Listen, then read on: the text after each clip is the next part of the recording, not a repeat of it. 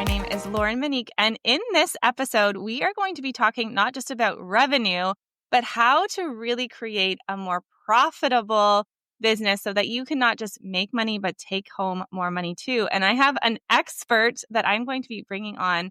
And let me tell you, Belinda is so knowledgeable on this subject. So I wanted to introduce you. Yeah, Belinda Rosenblum. Welcome to the Align and Inspire podcast. Thank you. I'm so glad to be here. And I'll give a little PS. Yes, a more profitable business, but also a rich life. Like, I feel like there's so much that's like, make more money, right? But they just assume that we're going to grind and hustle all the time. And what I find so much is that the clients that I'm attracting are really like, yes, of course, I want a business that makes money and where I get to get paid. But what's also really important is that I'm not giving up my life now. And so I just want to kind of give that little PS that, yes, I want them to have a profitable business and I want to make sure that they have a life in the process. Because sometimes it's like we run ourselves into the ground, right? Trying to run our business. And I don't want that. Totally. And I think too, like if you're listening, you might resonate with a lot of my clients and me. Either you have other responsibilities and that you have your own kids that you're like, listen, I mean, I would like to work more, but that is just not happening. Like this is my kids get home and I am full blown in parenting mom mode. Or sometimes you're listening and you're like, yeah, but I also need to take care of my grandkids. And I really want to be there for my grandkids. And I'm not willing to only be working on my business. So I love that. I think that a lot of people listening can really relate to having other things going on in their lives, not just the business. Yeah. And to have the space to prioritize that, right? And I think that at different phases, we can prioritize different things. Like when I was single, I did work more around the clock. I don't know if we'll get to that story, but we'll see. In my second year of business, I worked around the clock. I was single. I didn't make a lot of time for dating. And the punchline, though, was that I actually didn't make a lot of money because I didn't understand profit. Like I didn't understand the difference between revenue and profit. And I think a lot of people think of it like financial lingo. And I'm like, oh no. Like it's literally on my homepage now. Like profit is not just financial lingo. Like it's the key to the freedom you're looking for, the trips you want, like the life that you want to create. It's the profit in your business that helps you make that because happen. You can't just like, if you're wanting to leave your 9 to 5, you can't necessarily have your revenue match your 9 to 5. You need to think about your profit too, I'm guessing. If you're like, is that something that comes up with your people sometimes around profit versus revenue and matching? What do you need to match to actually be able to live and all that kind of stuff? Yeah, I'll just teach that really quick. I'm like a total teacher at heart, as you are as well. And a lot of people listening are too. Yes. Yeah, and a lot of people are. So I feel like we're all in like one big teacher like hug. And so the teachers do, right? And my parents were both teachers. Really? Like my dad was tenured at a college. Oh yeah. And I'm sure it's like in the blood, literally. And so anyway, so what happens is revenue is all the money that you bring in. Okay. And then you have expenses, which is all the money that you spend, right? So it's any courses, any travel, any entertainment, your cell phone bill, like all the things that you're spending money on in the business, those net out to the profit. Okay. And I think books like Profit First sometimes I think almost confuse the situation a little bit for us, but like that's what accounting profit is. So revenue less the expenses equals profit. Now, the profit then has a job, right? And we can assign it to be like, okay, a part of it we want to set aside for taxes. A part of it we want to pay us. A part of it we want to start to build a reserve or pay off debt. And so I think what happens a lot of times is that we leave the profit to chance and then we just take the scraps as the business owner, right? And so I really look to help our cash flow CEO students reverse engineer the revenue that they're making based on what they want to get paid. But it just starts with even understanding those numbers. And sometimes when you're running the business, you still have a lot of profit because you're holding tight and you're not spending because you don't have team yet, you're not investing. But sometimes, honestly, people need to be investing a little bit more to shorten their learning curve, like to learn how to do courses like you teach, right? And build systems into their business because they don't realize how much they're wasting by not having that understanding. Like how much money they're leaving on the table by not understanding the money side of their business, for instance, right? And so we just have a really simple money map. We can include that as a gift for everybody listening to be able to at least start to figure out how much money am I bringing in, how much money is going out, and what's my profit. And then inside the program, we teach them, okay, what do I do with that, right? What should my profit margin be? Because sometimes people aren't spending enough and sometimes people are overspending. Like we get people at both ends and the overspenders are living in the where did all my money go land. right? And they're like, I know I made money and like I brought in money into the business, but why do I feel like there just isn't enough to equate to the value of my expertise? And so, and then there's some in the middle there too. But I find the money map at least helps to bring some initial clarity to where they've been in the past. And then we can start to create a strategy moving forward.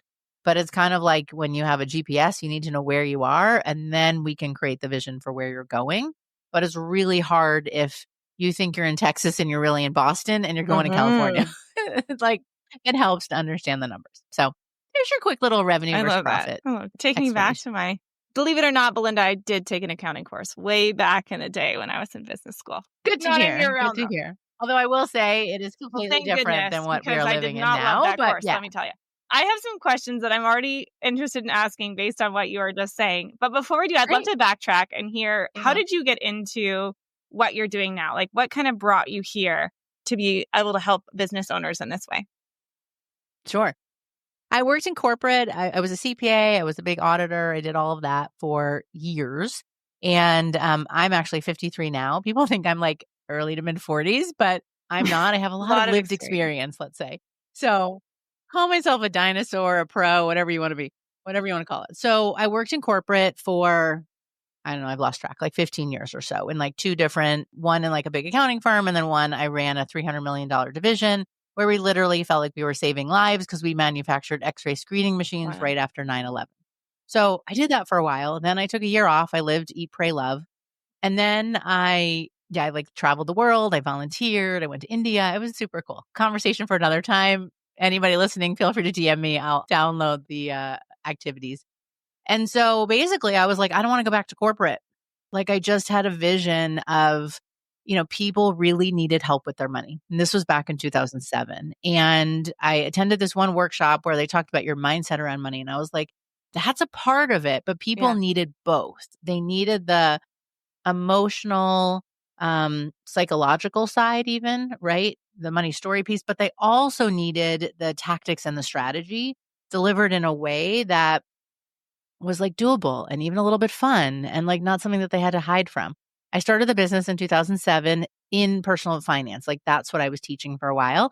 And everyone thought I was crazy. So like my family and friends basically had an intervention for me in the first 6 months. So if any of you are starting a business and your people around you don't understand, stick with Lauren and I because we get it. But I stuck with it. And then in 2008, when everything crashed, I was literally on the 5 o'clock news in Boston talking about financial stress and what people could do and how they could take control of their money. And then so fast forward, I taught personal finance for 12 years. I developed online courses and a membership. I wrote a book called Self-Worth to Net Worth. With a psychotherapist because I was so intrigued in like what was really going on behind the scenes. I even had a TV show. I don't know if I ever told you that back in the day called Money on Your Mind. Oh yeah, it's pretty funny. I interviewed one of my like idols, Lynn Twist. She wrote a book called The Soul of Money, which was one of my first like forays into a different way to approach money than like the bro marketing way. We're no bro marketing over here. Yeah, definitely not. Like Susie Orman, Dave Ramsey shaming approach to money. Hers is like the other way. And I've leaned more towards her way. So anyway, that was really fun. But then I got to January 2019 and I was like working with all these entrepreneurs and they were not bringing enough money from their business into their personal life. And I was like, wait a second, we need to fix this. I am definitely a expand your bank account, don't shrink your dreams kind of person. And a lot of personal finance is like, just spend less than you make. And I'm like, make freaking more. Like you can do this. You just never learned how. And I personally lived through in my second full year of business, we grossed. Remember that year I was telling you where I didn't have a life? So we grossed $155,000 and I took home $2,348, right? Second full year of business. It hurt, believe me. Like I literally opened up my profit and loss statement that I got from my bookkeeper and I burst into tears. Like that's how much it hurt, right? I was like, oh my God, not only do I not have a life, not only do I not have a boyfriend, but like I'm not even making any money. Like, what the heck? And so I had to figure things out. And there were no finance coaches. There were no business coaches really back then, in like 2009 that weren't just make more money. Like I even had a business coach that was like, just focus on revenue, make more money. But it was like a hope and pray strategy for my profit. like so that I could get paid. And I was like, this sucks. Something has to change. Right. And so I had figured out, and there was no one that came in and saved me, unfortunately.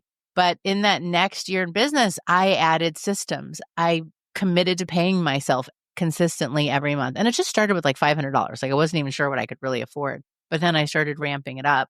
And the most important thing I did was I added a profit plan to it.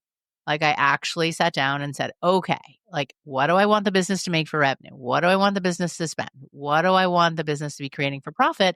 And then how does that get allocated so I get paid, so the taxes get set aside, right? And just being so much more intentional about the growth of the business. And I really learned that like we have to find this place to be able to understand the money side of our business. And that's really the missing link for so many business owners. Like they say, 82% of small businesses fail for cash flow problems. And I think because so many people just like don't understand it, they live in fear, they never got the money skills. And so January 2019, I pivoted the entire business. I kept our name of Own Your Money because I still like that. But I totally changed our programming, who we helped, how we helped them.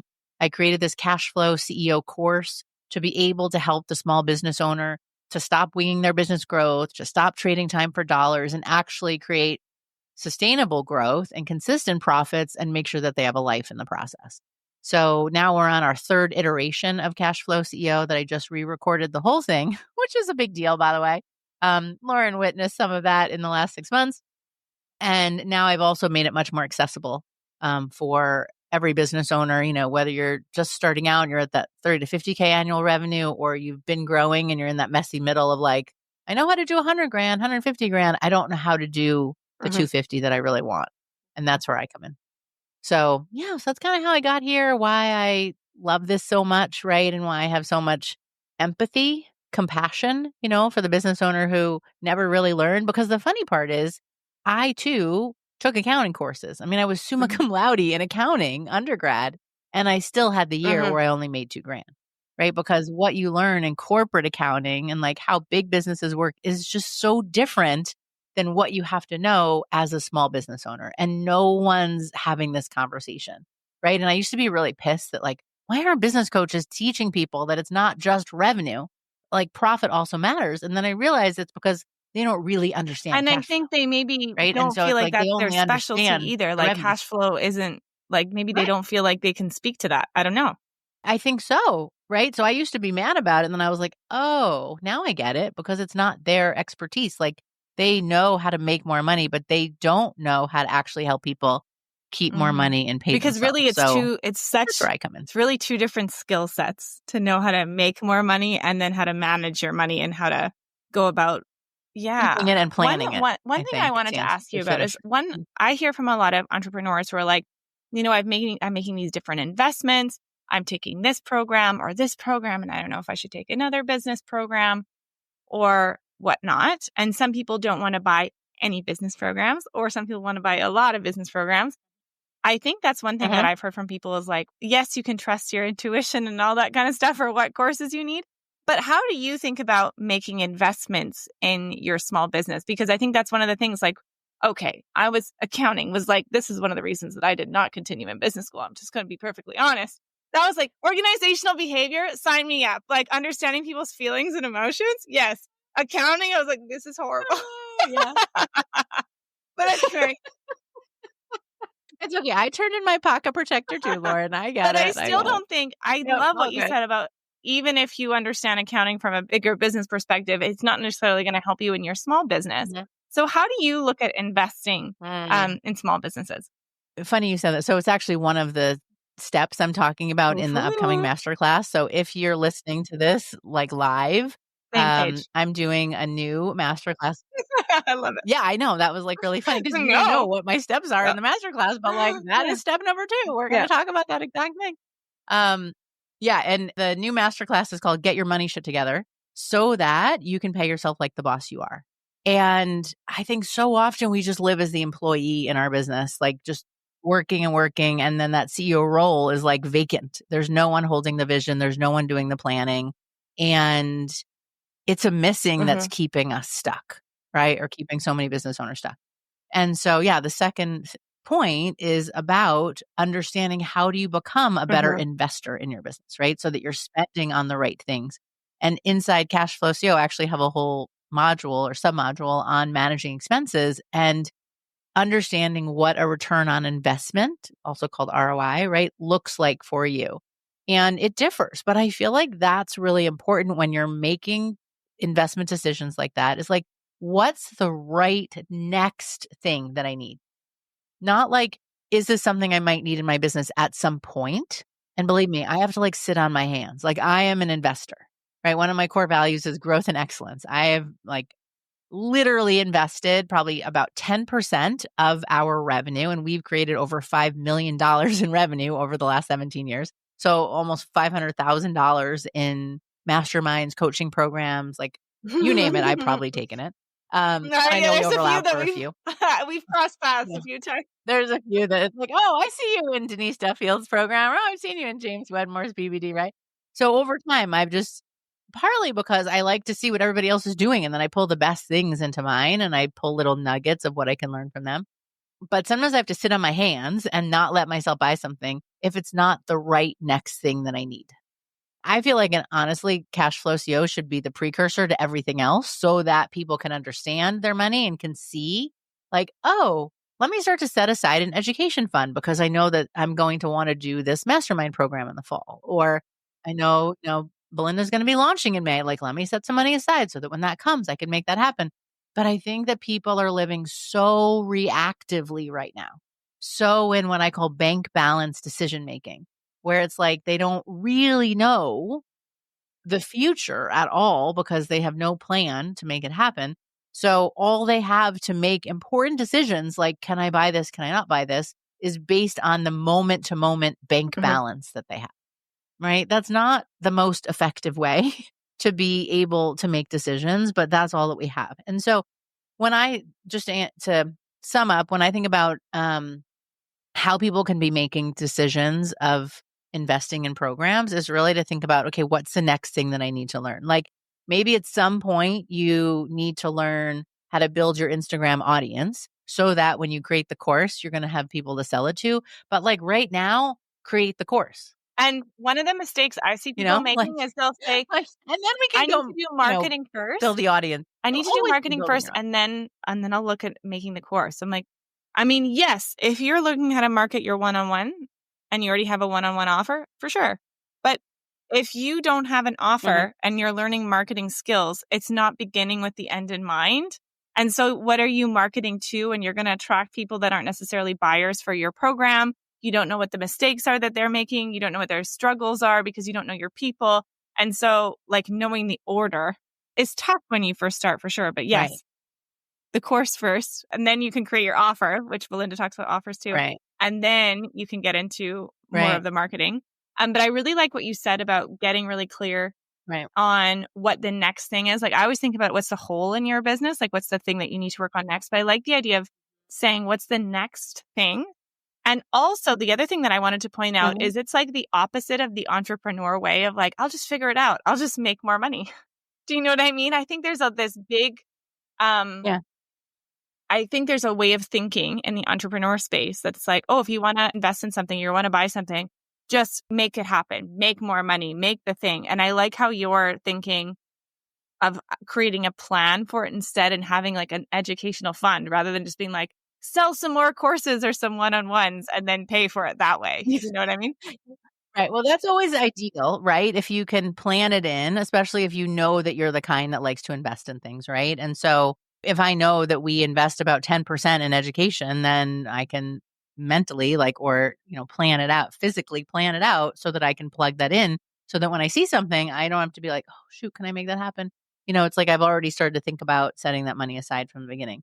And so I think that's a part of it. And I think too, it's even understanding like, hey, before I can even make those investments, I need a grasp on my money because I don't even know, is that something I should do? Right. So I love it ideally when we can help people be proactive about it, right? And set the money aside. But then also on the flip side is to look at how quickly can you make back your money by taking a program like that? Like sometimes we'll have people that are like, okay, I know I have this offer, but it's like sitting on the shelf. So I need to improve it. And so sometimes we're like optimizing offers or tweaking offers or pulling them off the shelf, fixing them up, like spit shining them a little bit, and like, okay, how do we better price this? I talk a lot about pricing. We can chat about that today too.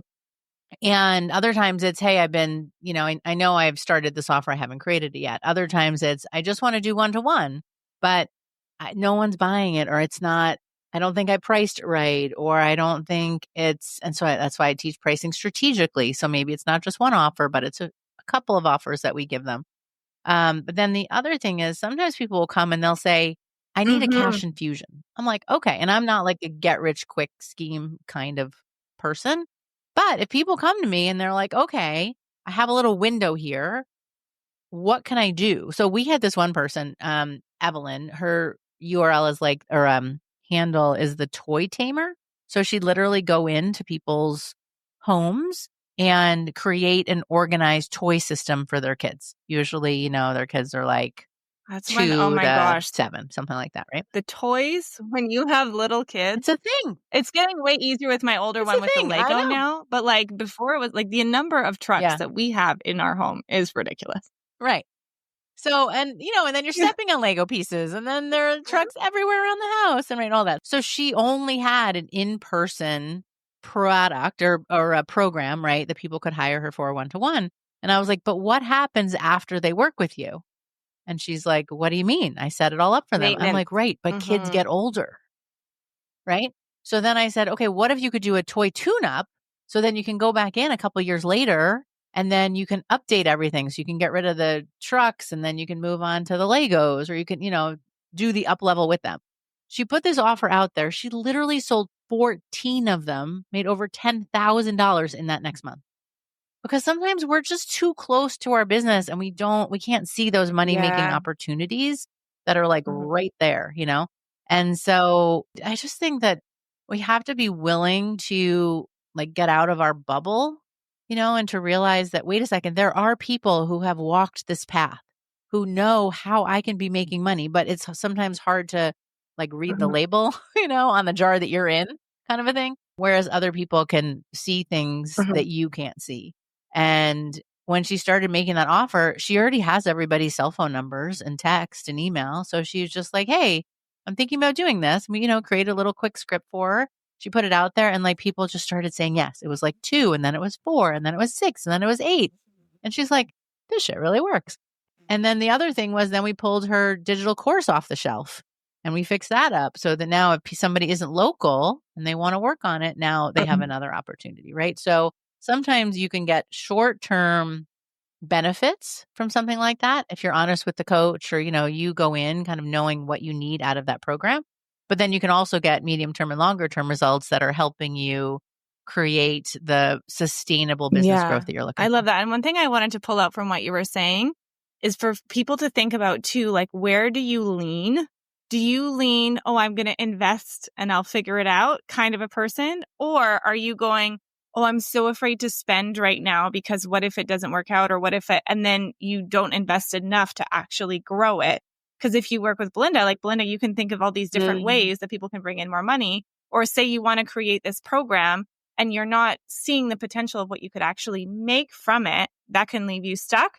But like knowing which way you lean, I think is an interesting distinction. So, I think it's helpful. I'm listening to you talk and I'm like, I think I need a framework on this. I'm like, I kind of feel like I could have like a spectrum, are you this and this? Are you this and this, right? Are you the spender and the investor? I'm the kind of person, I'm so I think that ambitious that I'll be like, oh, I want, like, I will watch Facebook as a really hard one for me to invest in, but I kind of got over that eventually. Yeah. But programs, I was like, oh, but I need to learn this thing, and I need to learn this thing. I need to learn this thing.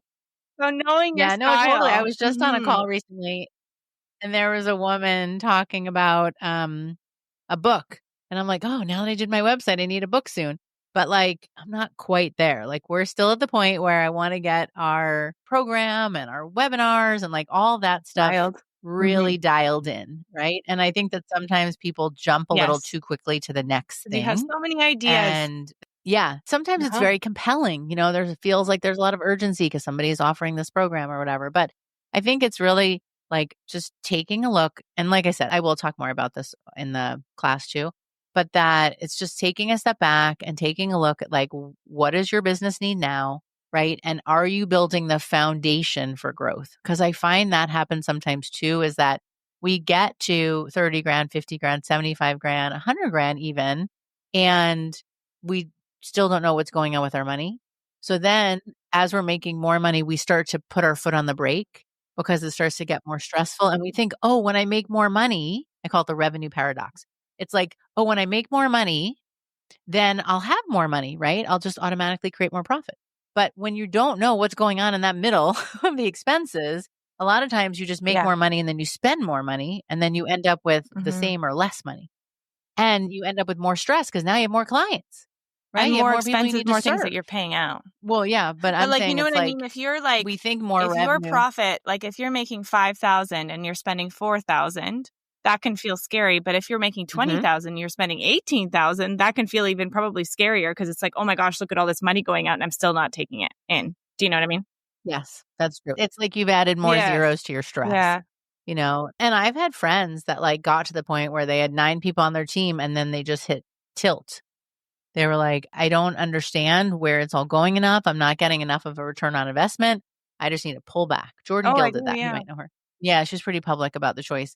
And I think that my goal is to help people grow sustainably, like grow in a way that feels good with their nervous system, with their bank accounts, right? With the effort that they want to be putting out there so that they don't have to choose between a life and business growth. And I think that when people don't understand the money side of their business, it just all feels like a little outside of their understanding. So that's why I think people avoid it. They don't look, they don't give themselves the power that they would have With all if the they money actually stories. understood their numbers. Money stories. Yeah, right. Well, Yeah. that's a whole One different thing. So we're conversation, going but to yeah. dive into the masterclass that you're going to be running soon and some extra support, extra resources and things like that. But before we kind of dive into that, one thing that I would really love to touch on with you, Belinda, is in my program, I help you create a signature program, right? So like some people love the term curriculum, some people hate it. The curriculum or the core content, how you're going to map out your ideas, how you're going to package it, how you're going to sell it, put it out there, fill your programs. And pricing is something that comes up a lot. And I have my own kind of lens that I help people price their programs, but I know that profitable pricing is one of your specialties. So I would love to hear your thoughts on if someone's thinking about their offer or their program, how do you think about pricing it in a way that's profitable without feeling like it's too expensive for your niche? Right. Okay. So here's the thing. If you give somebody an offer to buy your course, right, they will naturally just compare it to zero. They'll be like, should I buy it? Should I not buy it? Okay.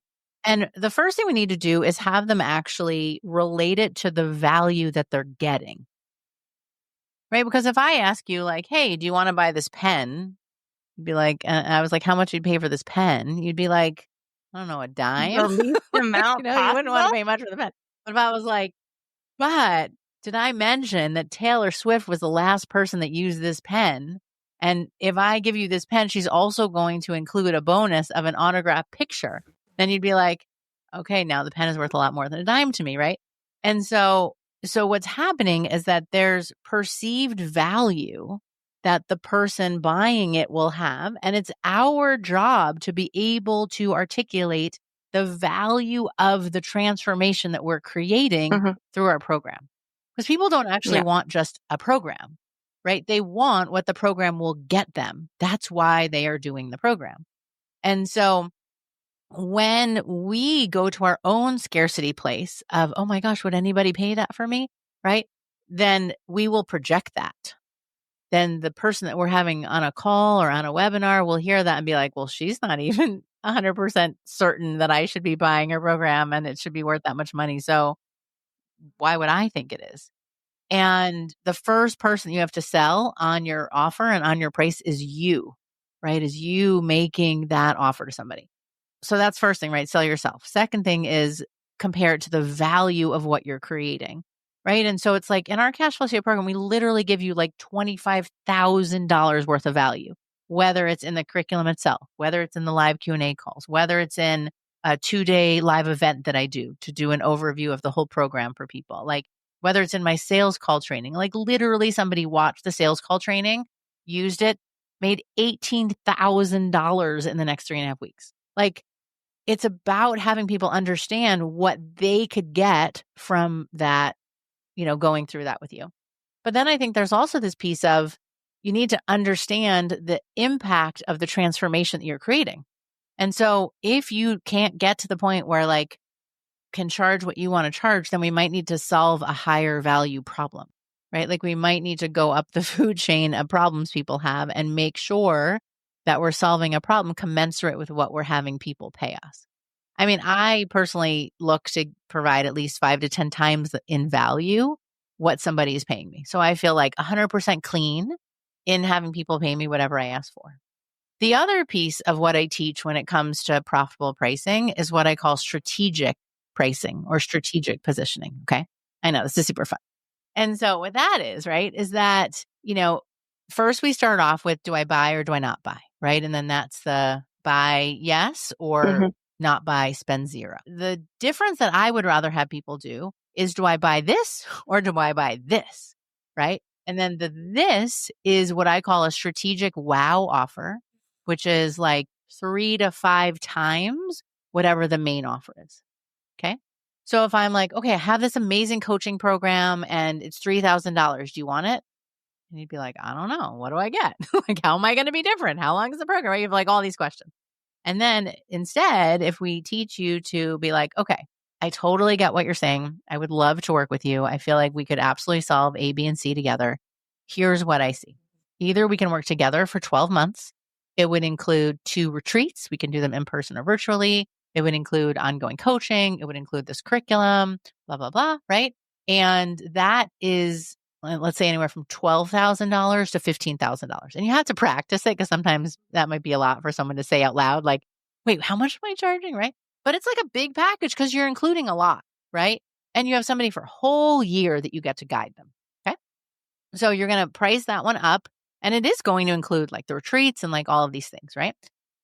And then somebody might be like, whoa, I wasn't planning on spending $12,000 today. And be like, okay, if that feels like too much, I also have a coaching program we could just do for 3 months. It doesn't include the retreats. It doesn't include Voxer access, whatever. Like you have to take out things. Okay.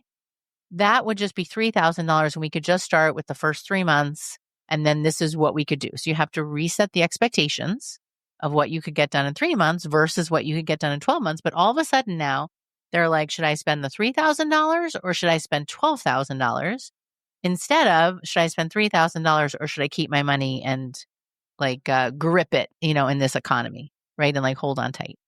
And then a little girl math, then we feel like I just made $9,000. Like, look, honey, I didn't spend $12,000. You tell your partner.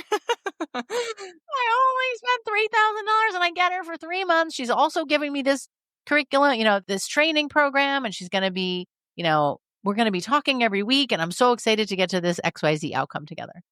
And we have, we spend time like teaching people how to do this and like how to create that strategic wow offer and make sure that you're solid on your main offer. But a lot of times I get people that probably need you that don't even have courses yet, but need to get more solid on their one-to-one offer, right? First. And sometimes the comparison can be to a one-to-one offer as your strategic wow offer. And then your group program might be we could just get started with the small group program option, right? But the key thing is that, especially right now in this economy, I feel like we need to get a little bit more creative and a little bit more certain, right? So that people can like lean on our certainty. Because I think there's so much like lack of trust and people have taken so many programs and they want to understand, why is your program going to be different that it is going to help me get results because these other ones that I took didn't.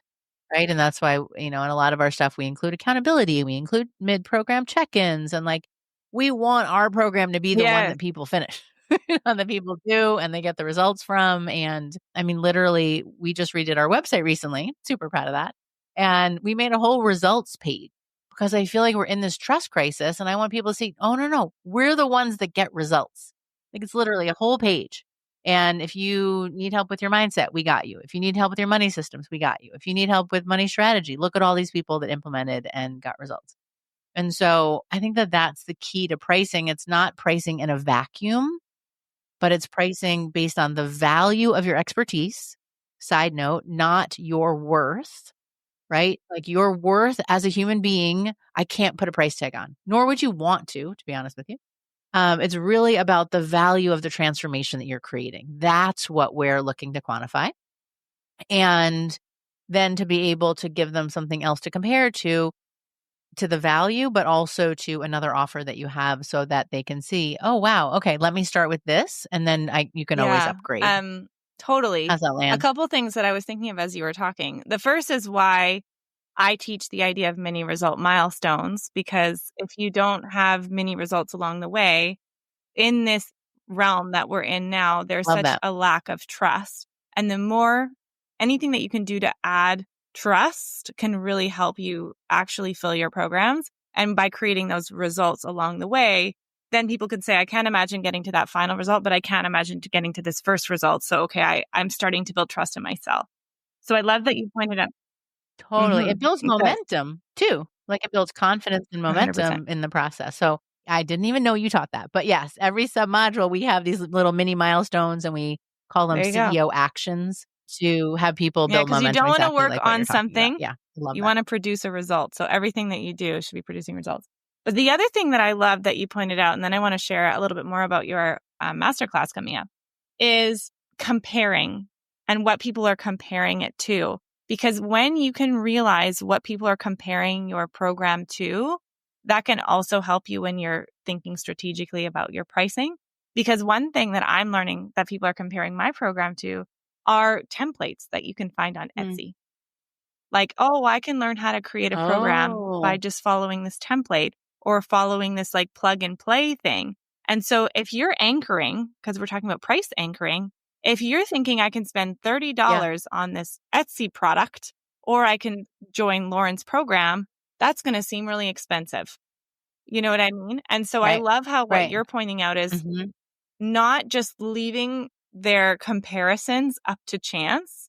And you're actually saying, how can we compare it so that they see, oh, no, actually, there is a lot of value here, rather than thinking this is expensive, because all money and pricing, it's all relative anyway. And so you're giving it an anchor that really makes it feel like, oh, actually, I'm getting a lot of value, or this is feeling like a really good deal compared to this other thing, rather than comparing it to the $30 thing. Right. So in some cases, you know how I said it's like buy or don't buy, right? Buy for $2,000 or don't buy for zero, right? And it's almost like in your case, it's like buy for the 2,000 or buy at 30, right? But the 30 is almost like a zero. And so you could certainly talk to the limitations of that, right? And when you're highlighting the value, you can be like, that's why those templates never work, because they don't consider A, B, and C. Right. Like maybe they get you started and, kudos to that. Like that's probably worth $30. But if you actually want a program that gets results, that people want to refer, that you're super excited to share, well, that's a different story, right? And then that's the kind of program that we're creating, right? So it is, I forget, do you have a name for that? Like a get results? Like get results, like that this is results focused? Yeah. Well, that the programs that they're creating. Oh, well, I mean, I say that they're programs that get results, but now you're making me think maybe I need to have a word for that. I like it. We need to name it. Yeah. We can work on that after. So I feel like, there's, especially right now when people are holding their money closer to the vest, so to speak, I think it is more important than ever for us to have them see why participating in our particular program is the right next step for them, right? And in my case, for instance, I feel like it's the missing piece. Like I feel like it's the thing that's been holding people back, and they're making this big mistake where they think they can just avoid the money in their business. Like, oh, if I don't look, maybe it's not so bad. Or like, if I don't look, it won't bite me in the ass. It's like, oh no. Whenever you look. Right. And I think that's what happens is that like we look and then it scares us worse because we don't really understand it, or we're like, where did all the money go? Or we're like, why don't I have as much? And there's something in our business where we don't feel smart, right? Why would we want to spend more time on something that makes us feel stupid or like unsafe? Not like we're running a real business. And I think that or unsafe. unsafe. Yeah. And I think that that's kind of what happens is that we open it up and then come to the masterclass. We're going to do a little exercise on opening up your bank account too, actually. But that all these feelings come up that are actually not just connected to the money itself, but they're connected to what What we're we're making it making the mean. money mean or Mm-hmm. lack of money mean. Yeah. Yeah.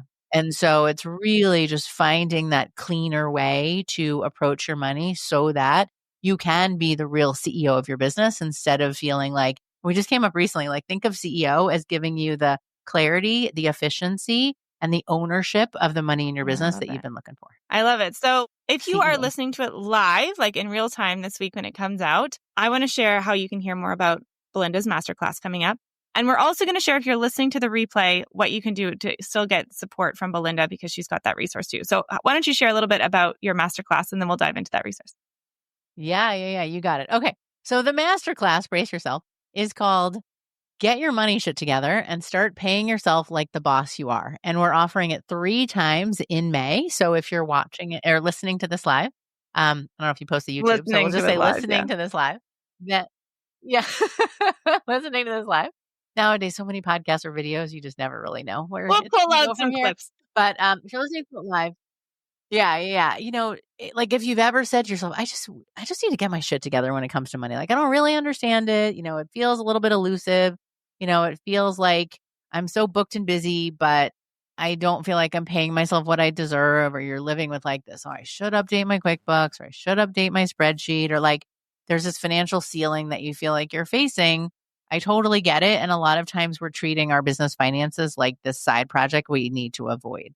And I'm just really trying to disrupt things. And I don't even curse all that much, but I just started hearing that so much. And I was like, that's what people need to do. They just need to get their shit together with their money. Let's just call it that. We don't need to sugarcoat it. So that's going to be happening live 3 sessions, May 13th and 14th. And even if you catch this sometime in that week after, we may do a recap or a replay or something like that, or even an encore. So I would just say sign up with the link in the In bio the show notes. or We'll share in show the show notes, I notes. should say.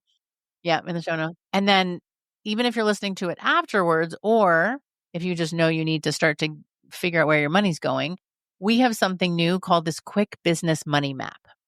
And what we were finding is that so many people are just saying like, my money's coming in, but where is it all going? And so we created this really nice, easy snapshot to finally get clear on what you're earning, that revenue, what you're spending, your expenses, and what you're keeping for your profit. And I touched on this earlier, and it's really such a necessity, but so many people just don't have that visibility and that data. And when you fill it in, so what we've actually created a couple of worksheets in there. So one you can fill in for last year, and then one you can start to fill in for this year. And then you can start to see trends, and then we can figure out what we do with that information. But just having that initial awareness is so helpful. So even if you sign up for the masterclass, highly recommend just go and grab the money map and also just start to fill that in because it'll have you feel that much more prepared for the masterclass as well. Fantastic. So there Yes, you we will go. be sure to link those up in the show notes because yes, having an understanding of where your finances are, especially if you want to grow your business or if you're maybe part-time and you want to be able to run your business full-time, or you are full-time and you're like, oh, this is a whole mess of things that I hadn't considered before I left my 9 to 5. This could be really, really helpful for you. So I definitely will be linking that up in the show notes. Thank you so much for coming on the podcast, Belinda. It's been fantastic having you. Yeah, you're so welcome. And I hope that this has been inspiring, right? For people to be like, it's okay. Like Belinda will hold my hand. Right? We'll get through your money stuff together. And I feel like especially for those who, want to leave the 9 to 5, we have somebody in our group right now who is giving her notice next month. And having that plan is the thing that's going to give her the safety to be able to do it, right? To feel like I'm not like leaving with this huge anxiety and desperation on my shoulders, but I'm leaving knowing this is how much money I have coming in. This is what I need to sell. And then the next steps become clear. Because I feel like so much of us are willing to work. It's just want to feel like we're working on the Because right the thing is, things you don't to have a help boss us anymore telling you where you achieve need our to goals. focus anymore. So you need to figure that out on your own. Yeah. True. And sometimes I kind of wish I did have one, but We don't, eventually maybe you can hire an OBM who'll boss you around. But I feel like it's up to us. And right now, so many people are still in that role of the employee or the freelancer. And that CEO role in your business is vacant and it needs you, right? So use this as that kick in the pants to be like, okay, they're right? If I want to actually grow this business, I need to step up and figure out how do I be the CEO and how do I get the money skills that I need to effectively be that person. If you're not stepping into the CEO role, you're not going to know, am I spending my time the way I should be? Because it's very easy to continue working and not actually do anything that's going to make more money, or all your money is going to be gone and you're not necessarily going to be knowing because you're spending all your time with your clients, for example. So yes, huge. Right. And I think sometimes we think we're busy. And so we think that's enough. Right. But it doesn't mean we're working on the right things. Right. Or it doesn't mean that we're charging enough for all of the work that we're doing. Right. So often in Cash Flow CO, we help people raise their rates. Right. Whether it's we give them a script, we help them have the confidence, we help them restructure their pricing and get out of hourly and start going more package pricing. Like there's so much that we can do so that making more money does not have to mean hustling harder, and working more hours. If anything, like especially as a mom, I want you to have a life and I want you to spend time with your kids now while you can. And so we need to be able to structure your business to support you to do that. So thank you, Lauren. It was so great having you, Belinda. We'll share those all in the show notes. And I will see you next week on another episode of the Align and Inspire podcast.